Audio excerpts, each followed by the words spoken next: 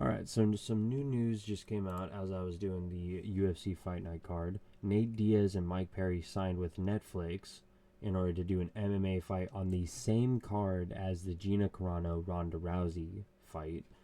And also, Francis Ngannou is facing off against Felipe Lins on the same Netflix card. Utterly rivaling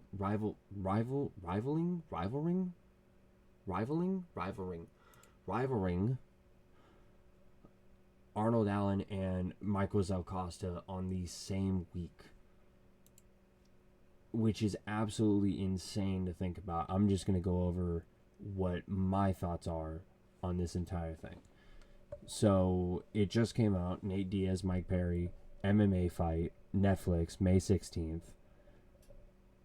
Great fight.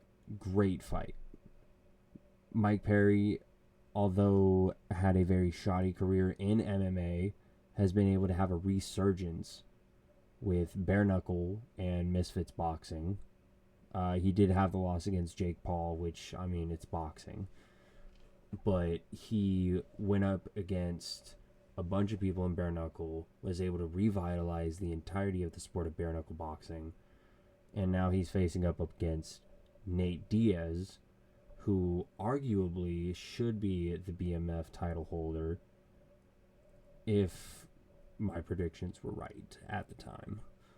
Unfortunately, they weren't, but I mean, either way, a absolute pressure fighter, I think pushing 40 at this point. And they're on the same exact card as Gina Carano and Ronda Rousey, which, I mean, is another absolute gimmick fight. You know, Ronda Rousey pushing 40. I think Gina Carano's pushing 45, 50-ish. I mean, still very physical athletes. You know, Ronda Rousey still has her judo background, and Gina Carano is doing a bit of, you know, WWE and staying fit. But then we also have Francis Ngannou, after becoming a free agent with PFL, signing with Netflix to face off against Felipe Lins, which is very weird to see. It's crazy to think because, you know, like, Felipe Lins isn't exactly a top of the line UFC fighter, yet he's facing off against Francis Ngannou in what seems to be boxing or MMA. It's wild to me because this is actually a worse fight than when he was in PFL. Because when he was in PFL, he stayed there for a year and a half, had one fight for the title up against the silver Taekwondo medalist, wrestled him for 2.5 rounds and submitted him, and now he's going up against a former UFC fighter in Felipe Lins. Whereas, like, and it says right here, like, he's lost to the likes of Andrei Arlovsky, Tanner Boser, and Vadim Nemkov. Now, I will say Vadim Nemkov is a very good heavyweight and light heavyweight fighter. But it makes no sense.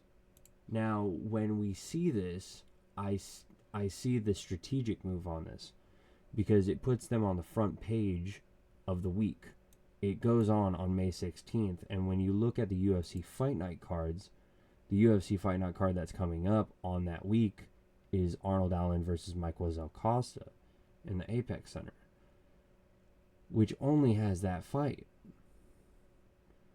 so far.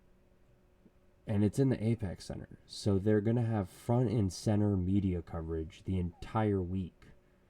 And not to mention Mike Perry and Nate Diaz are going to be talking it up.